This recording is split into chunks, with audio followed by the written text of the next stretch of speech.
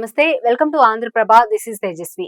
తీర్థయాత్రలకు యజమానితో వెళ్లిన ఓ కుక్క అక్కడ తప్పిపోయింది. చివరకు 250 కిలోమీటర్లు ప్రయాణించి యజమాని వద్దకు తిరిగొచ్చింది.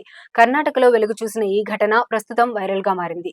ఉత్తర కర్ణాటకలోని బెళగావికి చెందిన కమలేష్ కుంభర్ ప్రతి ఏటా మహారాష్ట్రలోని పండరిపురంకు పాదయాత్రగా వెళ్తుంటారు. ఈసారి జూన్ చివరి వారంలో బయలుదేరిన కమలేష్ ను గ్రామంలో ఉండే కుక్క కూడా అనుసరించింది. దాదాపు 250 కిలోమీటర్ల మేర కుక్క కమలేష్ వెంట నడిచింది. విఠోబా గుడిలో దర్శనం ముగించుకొని బయటకు వచ్చిన కమలేష్ కు కుక్క మాత్రం కనిపించలేదు. మరో భక్తజన బృందంతో అది వెళ్లిందని స్థానికులను అడగ్గా వారు చెప్పారు. సునకం కోసం ఎంత వెతికినా ప్రయోజనం లేకపోయింది. దీంతో ఆయన తిరిగొచ్చేశారు. అయితే జూలై 14న హఠాత్తుగా అది కమలేష్ ఇంటి ముందు ప్రత్యక్షమవడంతో ఆయన ఆనందానికి అంతే లేకుండా పోయింది. కుక్కను చూసి గ్రామస్తులందరూ సంబరపడ్డారు. ఆ కుక్క పేరు మహారాజ్ అని, దానికి భజనలు వినడం అంటే ఇష్టమని కమలేష్ చెప్పాడు.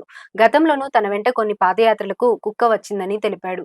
వయసు మీద పడిన ఆ శునకం దాదాపు 250 కిలోమీటర్లు దూరం ప్రయాణించి వెనక్కు రావడం నిజంగా అద్భుతమని స్థానికులు అంటున్నారు. కుక్క ఆరోగ్యంగానే ఉందని కూడా చెప్పారు. మహారాజ్ మళ్లీ తమ గ్రామానికి తిరిగొచ్చిన నేపథ్యంలో గ్రామస్తులు విందు కూడా ఏర్పాటు చేశారు.